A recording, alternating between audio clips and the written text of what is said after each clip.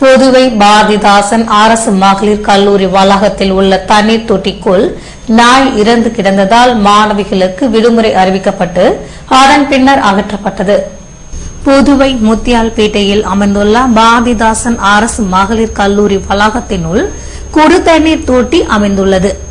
இங்குள்ள தண்ணீர் தொட்டியில் ஏற்றப்பட்டு கல்லூரி மாணவர்களுக்கு விநியோகம் செய்யப்பட்டு வருகிறது.